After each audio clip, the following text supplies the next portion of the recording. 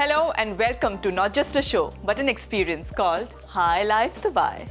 कहते हैं life is a canvas and our experiences are colors. So let's meet with Sasha Jaffrey, an artist with a heart of gold.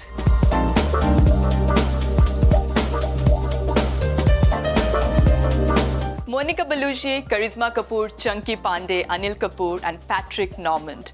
Ji nahi, I'm not talking about another award function. But these glittering stars were present in another glamorous event hosted by the king of jewelers, Cartier.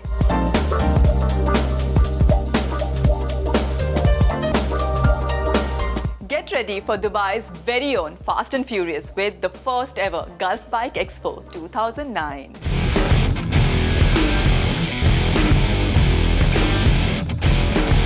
And this month, we focus on diabetes, a condition that's becoming more and more common in the UAE. Let's start the journey with High Life Dubai.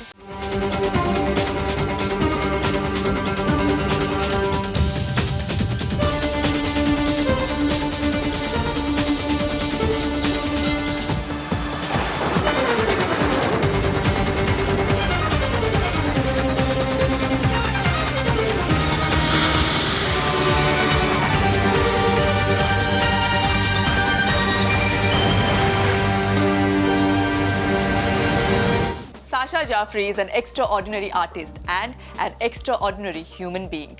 Life is all about expressing yourself by making every day count and making every painting poignant. So let's get a sneak peek into the mind of this genius and find out what inspires the inspired.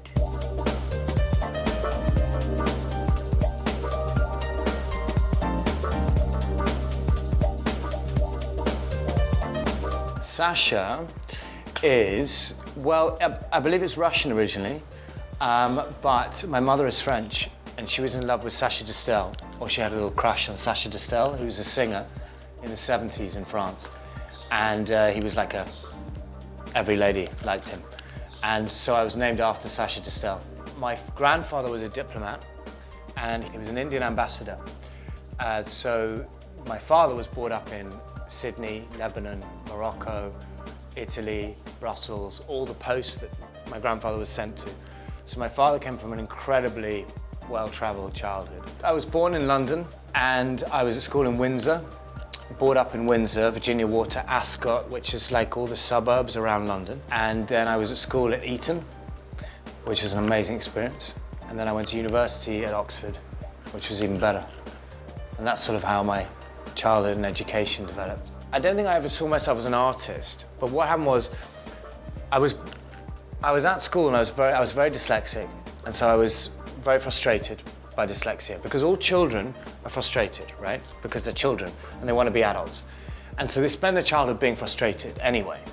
But if you add something to that, like dyslexia or any form of disability or anything that makes things even more tricky to communicate, then that child becomes even more frustrated.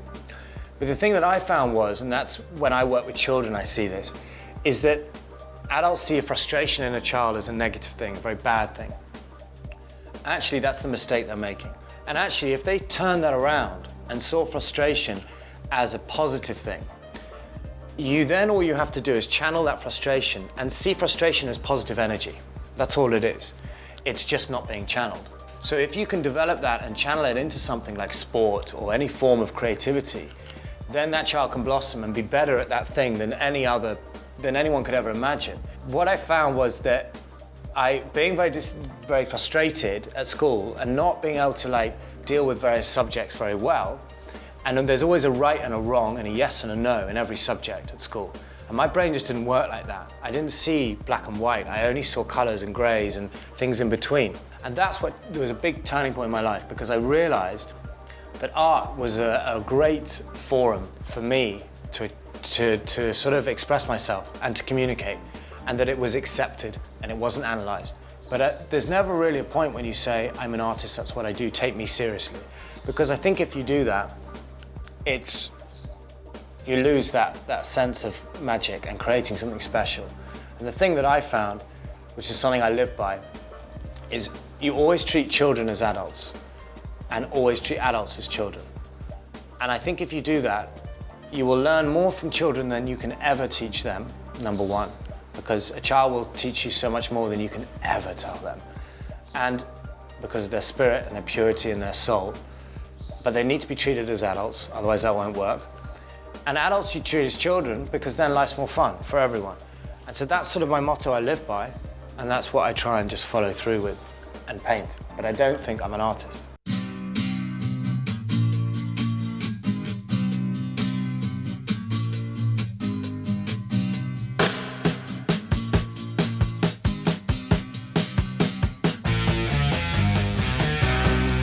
Sasha is extremely passionate about his work.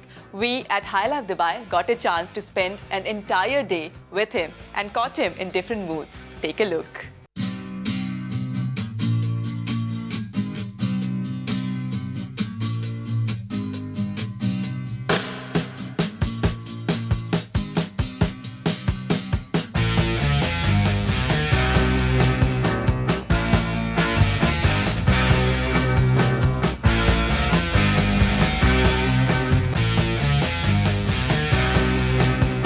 It's quite strange, my life. Okay, 1 minute I'm in the studio, I'm covered in paint. I do everything myself.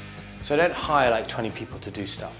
I can't let anyone else do anything for me because they're representing me and my work, so I do everything.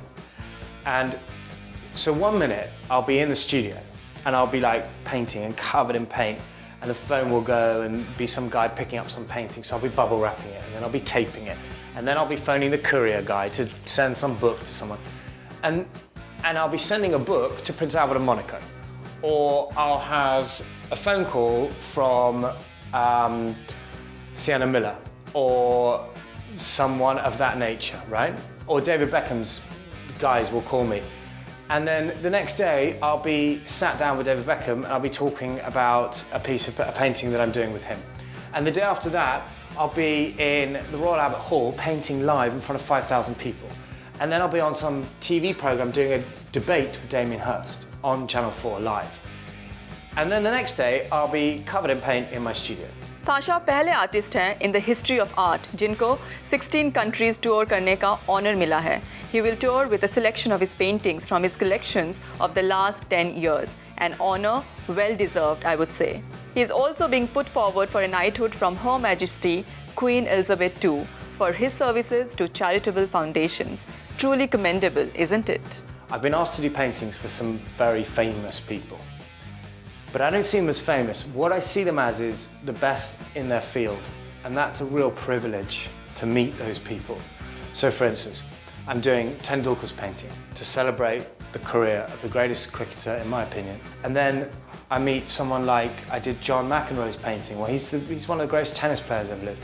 Kevin Spacey came to my exhibition and I talked to him about my work and spent a very long time with him, and it was very interesting. George Clooney, who I spent time with, one of the greatest actors and directors there is. Sam Mendes is another one, Tim Burton is another one. And then people like Prince Albert of Monaco, who's a ruler of an entire nation. Well, David Beckham, I did the painting for him.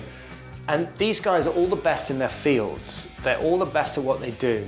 Brian Lara, I did his painting. I did a painting to launch the new James Bond film. When I met Madonna, I had a dinner and it was the most extraordinary thing, and I sort of learnt from her about what it is to perform in front of millions of people, what it is to be a style icon, what it is to change your personality every 10 years, what it is to be going for 4 decades. To sort of meet these guys who are the best in their field is inspiring, it's an honour, and it's fascinating. I get to learn about all their crafts. I think the Beckham painting is valued very highly. It's going to be auctioned later in the year for Princess Haya's charity Al Noor. I think that has a very high value. I sold a painting for $650,000.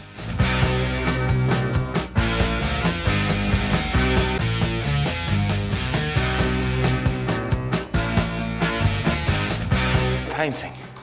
It is not an act where it starts and finishes.